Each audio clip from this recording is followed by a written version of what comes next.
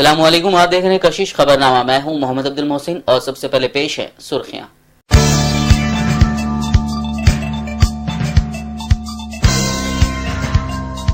हिंदू इंतहा पसंदों के हाथों बाबरी मस्जिद की शहादत को 22 बरस बीत गए, आज भी मुसलमान इंसाफ के तलबगार।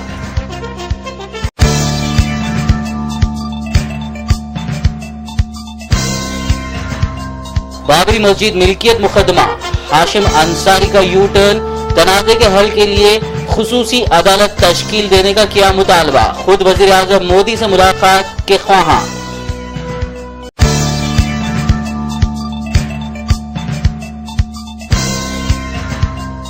छह दिसंबर यौम सियाह के मौके पर पुरअमन बंद मनाया गया। पुराने शहर में बाजार बंद रहे, शहर भर में सिक्योरिटी के सख्त तरीन इंतजामात।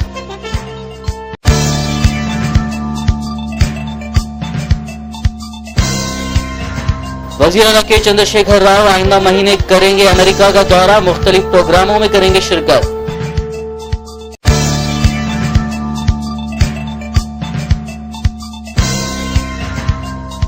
कश्मीर में जारी हिस्सास सूरत हाल के दरमियान हाफिज सईद ने फिर उगला जहर, हिंदुस्तान को तबाह करने की दी धमकी।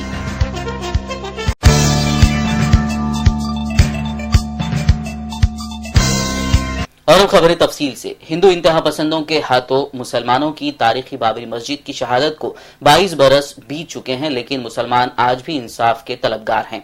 भारतीय जनता पार्टी ने आरएसएस और शिवसेना जैसी हिंदू इंतहा पसंद तंजीमों के साथ मिलकर 16वीं सदी ईस्वी से कायम मुसलमानों की तारीखी बाबरी मस्जिद की जगह राम मंदिर की तामीर की एक तहरीक चलाई और फिर 6 दिसंबर 1992 को हिंदू इंतहा पसंद तंजीमों ने बाबरी मस्जिद को शहीद कर दिया। बाबरी मस्जिद की शहादत के खिलाफ उस वक्त के वजीर आला कल्याण सिंह और शिवसेना के सरबराह बाल ठाकरे और LK आडवाणी समेत 49 अफराद के खिलाफ मुकदमात दर्ज किए गए, जो 2 दहाइयों से ज्यादा अरसा गुजर जाने के बावजूद कानूनी दावपेंच और अदालतों की पेचीदगियों में उलझे हुए हैं। इस दौरान 10 मुल्जिमान और 50 गवाह मर चुके हैं, लेकिन मुकदमे का फैसला आज तक नहीं आ सका है। वाज़ेह है कि बाबरी मस्जिद मुगल बादशाह ज़हीरुद्दीन मोहम्मद बाबर ने 16वीं सदी ईस्वी में तामीर करवाई थी, जबकि हिंदू इंतहा पसंदों का दावा था कि ज़हीरुद्दीन बाबर ने हिंदू देवता राम की जाए पैदाइश पर राम मंदिर को मिसमार करके बाबरी मस्जिद तामीर की। ताहम हिंदू इस हवाले से मुस्तनद तारीखी सबूत देने में नाकाम रहे हैं। बाबरी मस्जिद शहादत की 22वीं बरसी पर आज बाबरी मस्जिद मिल्कियत मुकदमे के उम्र दराज पैरोकार हाशिम अंसारी ने अपने साबिका फैसले से यू टर्न लेते हुए कहा कि अगर हुकूमत इस मसले को तंद रवी से हल करने के लिए खुसूसी अदालत तश्कील दे तो वो बाबरी मस्जिद राम जन्मभूमि मुकदमे की पैरवी जारी रखने के लिए तैयार हैं। बाबरी मस्जिद शहादत की बरसी के मौके पर आज हाशिम अंसारी ने ऐलान किया कि वो बजाते खुद वजीर आजम नरेंद्र मोदी से मुलाकात करने के लिए जल्द ही नई दिल्ली रवाना होंगे।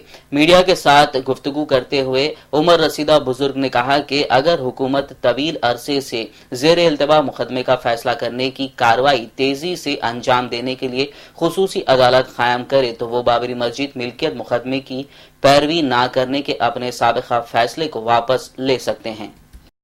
हमारे कहने का मकसद ये है कि आजादी के बाद और अब तक सब बाबरी मस्जिद जना मुंह के नाम पर रोटियां सेक रहे हैं और मुकदमा जहां था वहीं है। अब आगे हमारा मुकदमा सुप्रीम कोर्ट गया है, उम्मीद है कि 10 साल के बाद तारीख पड़ेगी तो इसका फैसला स्पेशल जज रख करके जल्द किया जाए ताकि देश का विकास जो खटाई में पड़ा है, जिसको देखो जन्मभूमि के नाम पर MP बनता है, जिसको देखो जन्मभूमि के नाम में मेले बनता है और जो ज्यादा से ज्यादा जन्मभूमि का नाम लेता है वही MP मेले बनता है। देश का विकास कोई नहीं होता। हर पार्टी इनसे दबती है और पार्लियामेंट के अंदर, असेंबली के अंदर हंगामा करते हैं, सड़कों पर हंगामा करते हैं, तो जो हंगामा करने से कोई फायदा नहीं है। हमारे कहने का मकसद ये कि सिर्फ जल्द से जल्द फैसला किया जाए। रियासत तेलंगाना में 6 दिसंबर को बाबरी मस्जिद शहादत की 22वीं बरसी मनाई गई। पुराने शहर समेत रियासत के मुख्तलिफ शहरों में मुसलमानों ने यौम सियाह मनाया। यौम सियाह के तहत मुस्लिम इलाकों में बाजार बंद रहे। चार मीनार, शालीवंडा, पत्थरगट्टी समेत शहर के मुख्तलिफ इलाकों में दुकानात बंद रहे। पुलिस ने जगह जगह तलाशी ली। नामपल्ली स्टेशन रोड पर दुकानदारों ने एहतजाज किया। वो अपने हाथों में सियाह झंडे थामे हुए थे।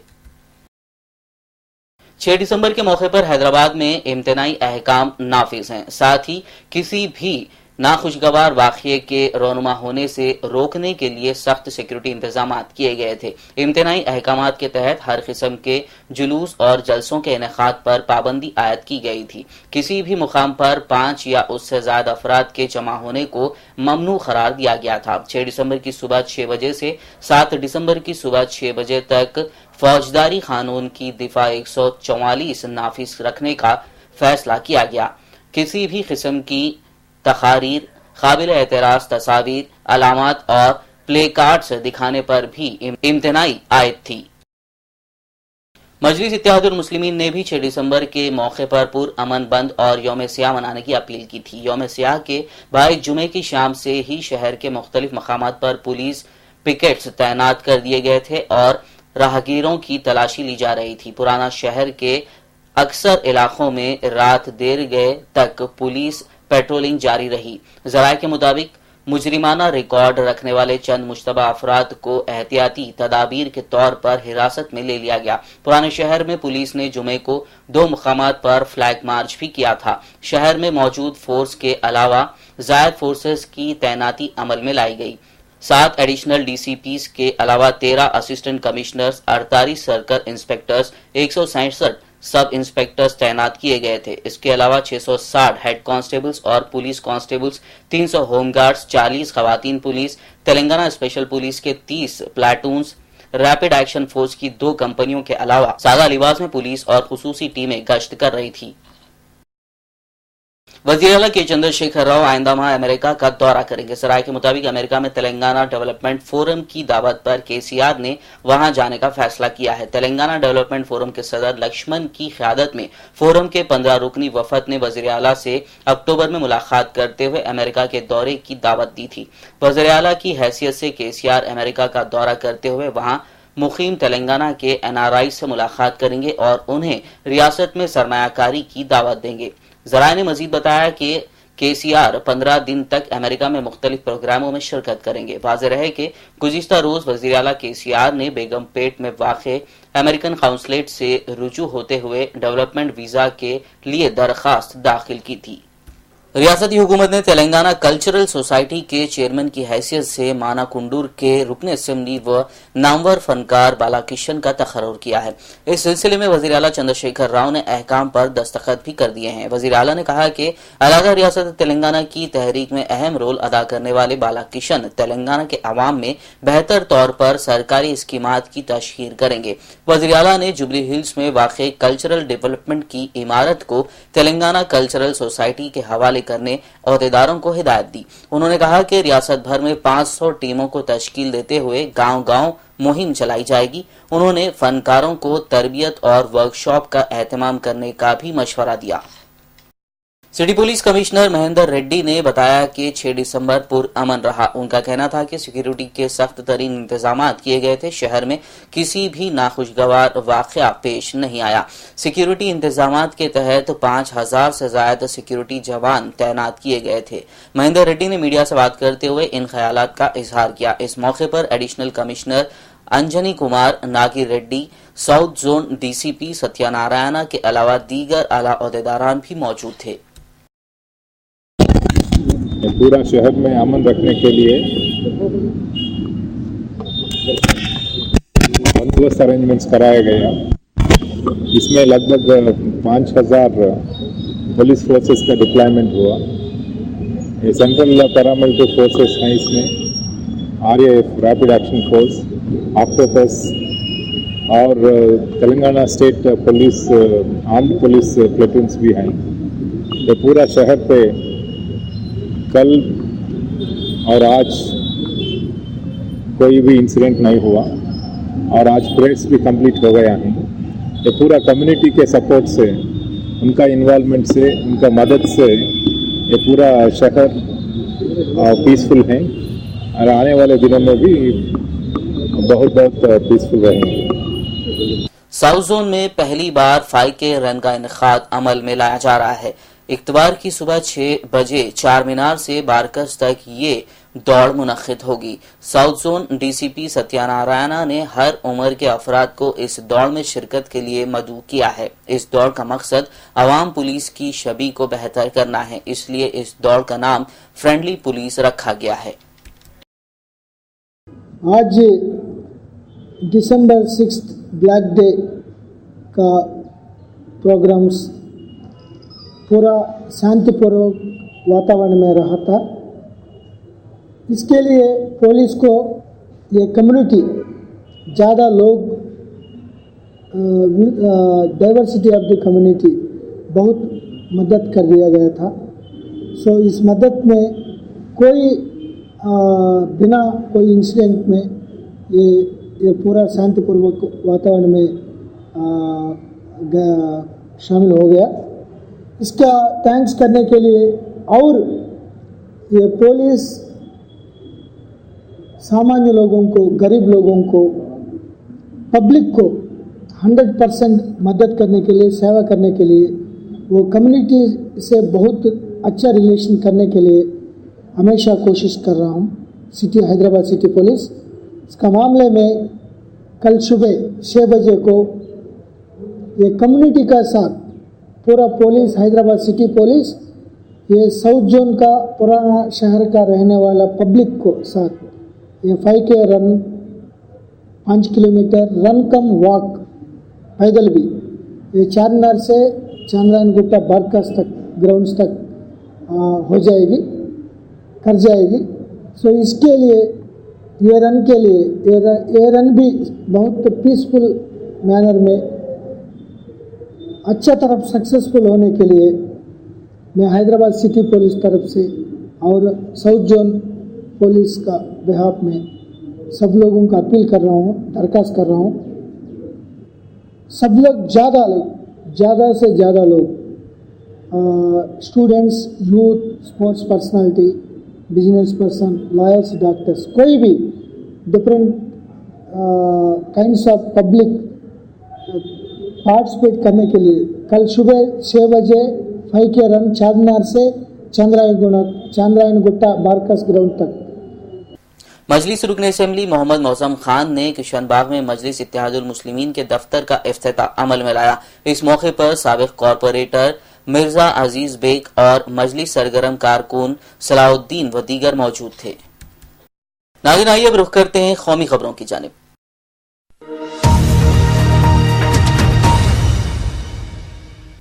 यौम शहादत बाबरी मस्जिद की 22वीं बरसी के पेश नज़र हफ्ते को अयोध्या और फैजाबाद शहर में चप्पे चप्पे पर तैनात सिक्योरिटी एहलकारों के दरमियान वहां मामूलात जिंदगी आम दिनों की तरह देखी गई। साल 1992 में आज की ही तारीख को बाबरी मस्जिद को शहीद किया गया था। इसके बाद से हर 6 दिसंबर आते ही वहां सरगर्मियों में इजाफा हो जाता है। हिंदू तंजीमें विजया शौर्य दिवस मनाती हैं तो मुस्लिम इदारे यौम सियाह या यौम गम मनाते हैं। वज़ीर-ए-आज़म नरेंद्र मोदी ने आवाम से सब रास्ते छोड़कर तरक्की के लिए झारखंड में हुकूमत बनाने की अपील की। मोदी ने हफ्ते को वहां भारतीय जनता पार्टी के एक इंतखाबी जलसे से खिताब करते हुए कहा कि जात पात की सियासत बहुत हो चुकी, अपने पराये की सियासत बहुत हो चुकी, शहर गांव की सियासत बहुत हो चुकी। सभी ने अपनी दुकानें लगाकर कब्जा करके लूटा है। हम सारे तजुर्बे कर चुके हैं। अब वक्त का मुतालबा है कि सब रास्ते छोड़कर सियासत करेंगे तो तरक्की की सियासत करेंगे और हुकूमत का इंतखाब तरक्की के लिए करेंगे। हुकूमत का हिसाब किताब तरक्की के पैमाने पर देखा जाएगा और जात बिरादरी पर सियासत नहीं होने देंगे। झारखंड के लोगों ने 30 साल के बाद देश को बहुत बड़े संकट से बचा लिया। वो संकट था देश पर 30 साल के अस्थिरता का संकट था, मिली जुली सरकारों का संकट था। अगर झारखंड के मतदाताओं ने इतनी भारी मात्रा में भारतीय जनता पार्टी को विजय न दिया होता तो दिल्ली में स्थिर सरकार नहीं बनता। ये वीर बलिदानी योद्धा भगवान बिरसा मुंडा की धरती है।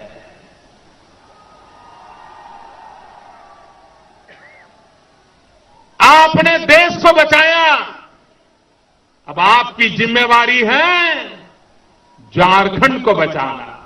कांग्रेस के नायब सदर राहुल गांधी ने बीजेपी पर हर इंतखाब से पहले फसाद करवाने का इल्जाम लगाया। उन्होंने दावा करते हुए कहा कि नरेंद्र मोदी गरीबों का हक मारेंगे। राहुल गांधी ने आदर्श ग्राम योजना पर भी सवाल खड़े करते हुए कहा कि ये योजना बगैर फंड का है।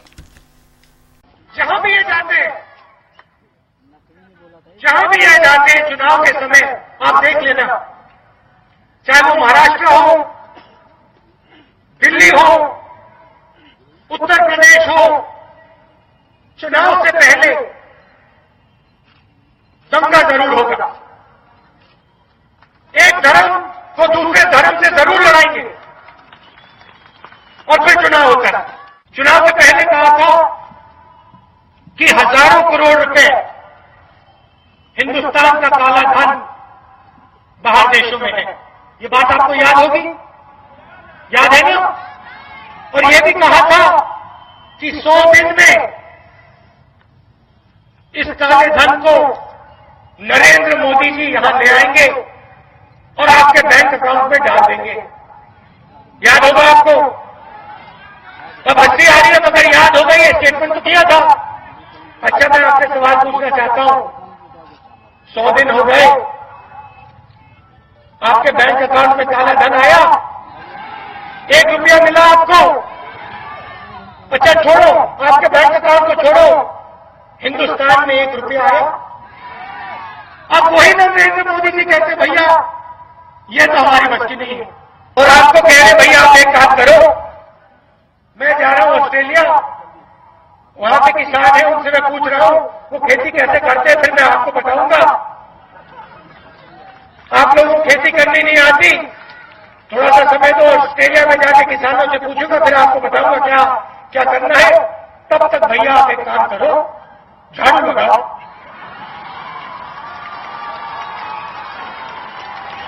आप लोग देश की सफाई करो।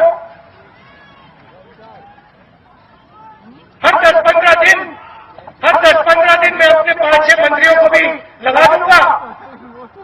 झाड़ू पकड़ना नहीं आता उनको, दस्ताने पहन के झाड़ू लगाते, फोटो होती है, आपसे कहते भैया अच्छे दिन आएंगे, आ गए अच्छे दिन झाड़ू। फौज के सरबराह जनरल दलबीर सिंह सुहाग हफ्ते के रोज कश्मीर के दौरे पर पहुंचे, जहां जुमे को जंगजुओं के 4 मुख्तलिफ हमलों में 11 फौजी जवान, 3 रियासती पुलिस एहलकार, 8 जंगजू और 2 आम शहरी मारे गए।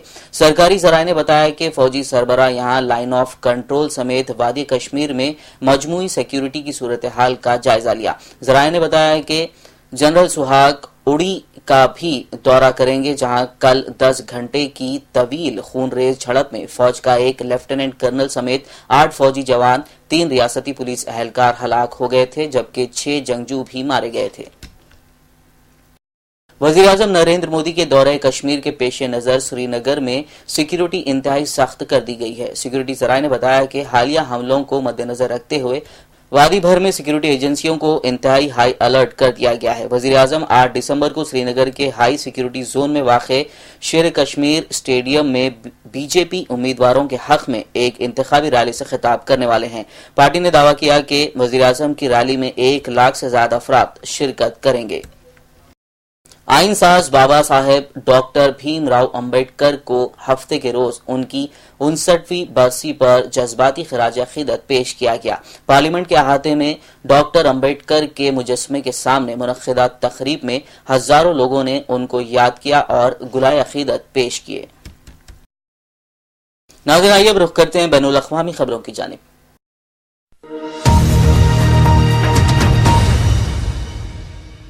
अमेरिका ने जम्मू कश्मीर में कल किए गए दहशतगर्दाना हमलों की मजम्मत करते हुए कहा कि वो कश्मीर के ताल्लुक से अपनी पॉलिसी में क़तई तौर पर कोई तब्दीली नहीं करेगा। अमेरिकी वज़ारत ख़ारजा की तर्जुमान ने प्रेस कॉन्फ्रेंस से खिताब करते हुए कहा कि अमेरिका कश्मीर में तशद्दुद पर फिक्रमंद है और अमेरिका दोनों ममालिक हिंदुस्तान और पाकिस्तान से उम्मीद करता है कि वो इस मसले को हल करने में मुश्तरका तौर पर कोशिशें करेंगे। मुंबई हमले के मास्टरमाइंड जमातुद्दावा का सरगना हाफिज सईद ने कश्मीर इशू को लेकर हिंदुस्तान के खिलाफ जिहाद छेड़ने की धमकी दी है। सईद ने कहा कि हिंदुस्तान जल्द कश्मीर मामले को सुलझाए वरना उसके खिलाफ जिहाद छेड़ दिया जाएगा। यही नहीं, हाफिज ने वजीर-ए-आज़म नरेंद्र मोदी को भी अपने निशाने पर लिया। उसने कहा कि वो बराह रास्त तौर पर कश्मीर मसला हल करे, नहीं तो फिर कश्मीर दरवाजा होगा और हिंदुस्तान बर्बाद होगा।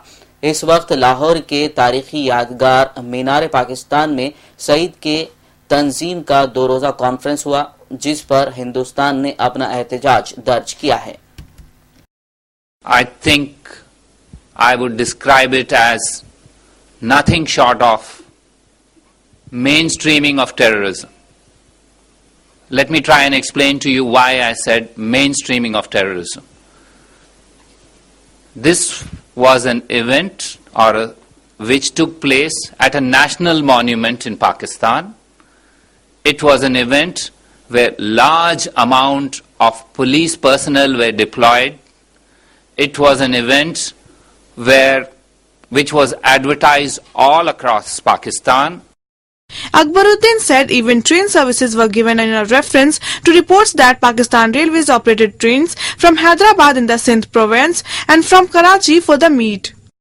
If these sort of facilities are provided to a designated terrorist organization or a designated terrorist entity, with people also indicating and reports which have come that even train services were provided for this organization and entity, this is nothing short of mainstreaming a terrorist entity and a terrorist. I think it is very shocking that the government of Pakistan is so shamelessly and so blatantly allowing Hafiz Saeed, who has been named as an international terrorist, who has been named as a terrorist by the UN Security Council resolution in 2008, and his outfit Jaish-e-Mohammed has been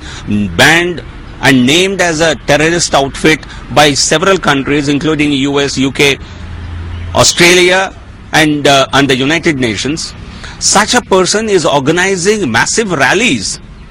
And the government of Pakistan is providing him all logistical and even other support. Pakistan is advertising to the whole world that we are a terrorist country, we are a terrorist state, and we allow all terrorists to flourish under our supervision and watch. ये पाकिस्तान का चेहरा है जहां पर जो elected सरकार है वो सरकार के हाथ में कोई ताकत नहीं है और तमाम जो गवर्नेंस के संस्थान होते हैं इंस्टीट्यूशनल ब्रेकडाउन वो दिखाई देता है, क्योंकि हाफिज सईद की रैली में जिहादियों को पहुंचाने के लिए बाकायदा ट्रेन चलाई गई जो आईएसआई स्पॉन्सर कर रही थी। The institutional integrity of every recognized mechanism of governance does not exist in Pakistan.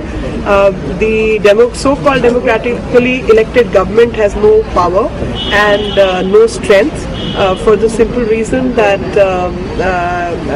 they have no control over anything.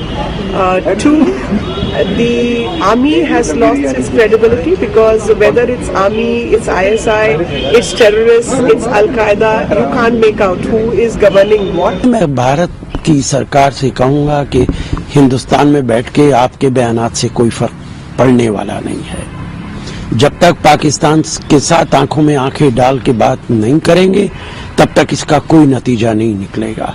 Hafiz Saeed Pakistan में घूमते फिर रहे हैं, सरकार उनके साथ है, आईएसआई उनके साथ है, फौज उनके साथ है, हमारे जर्नलिस्ट जाते हैं, जाके मिल के आते हैं, सरकार खामोश पड़ी रहती है। मगरबी अफ्रीकी मुल्क सिरालियोन में एबोला से एक ही दिन में 2 डॉक्टरों की मौत हो गई। गुज़िश्ता रोज मुकामी तिब्बी हुकाम ने 2 डॉक्टरों की एबोला वायरस में मुब्तला होने के नतीजे में हलाक होने की तस्दीक कर दी है। यूं इस मगरबी अफ्रीकी मुल्क में इस महलूक वायरस की वजह से मजमूई तौर पर हलाक होने वाले डॉक्टरों की तादाद 10 हो गई है। आलमी इदारे सेहत के ताज़ा अदद-ओ-शुमार के मुताबिक ये वायरस अब तक 6,200 अफराद को हलाक जबकि 17,000 को मुतासर कर चुका है। अमेरिकी सदर बाराक ओबामा ने वजारत दिफा के ओहदे के लिए पेंटागन के आला अहलकार ईस्टन कार्टर को नामजद कर दिया है। 60 साला कार्टर चेक हैगल की जगह ये मनसब संभालेंगे।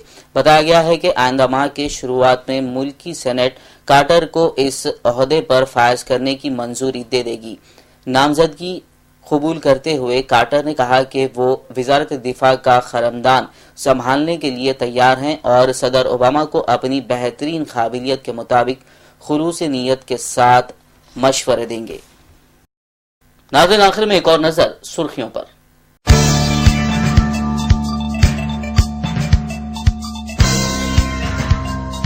हिंदू इंतहा पसंदों के हाथों बाबरी मस्जिद की शहादत को 22 बरस बीत गए, आज भी मुसलमान इंसाफ के तलबगार।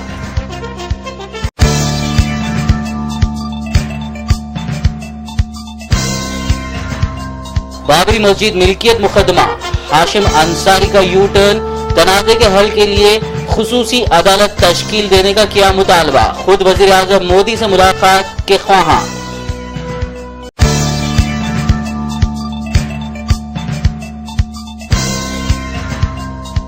दिसंबर यौम सियाह के मौके पर पुरअमन बंद मनाया गया। पुराने शहर में बाजार बंद रहे, शहर भर में सिक्योरिटी के सख्त तरीन इंतजामात।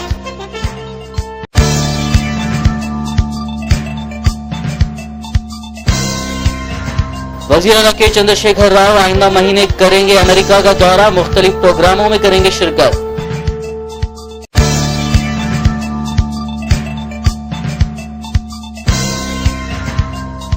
कश्मीर में जारी हिस्सास सूरत हाल के दरमियान हाफिज सईद ने फिर उगला जहर, हिंदुस्तान को तबाह करने की दी धमकी।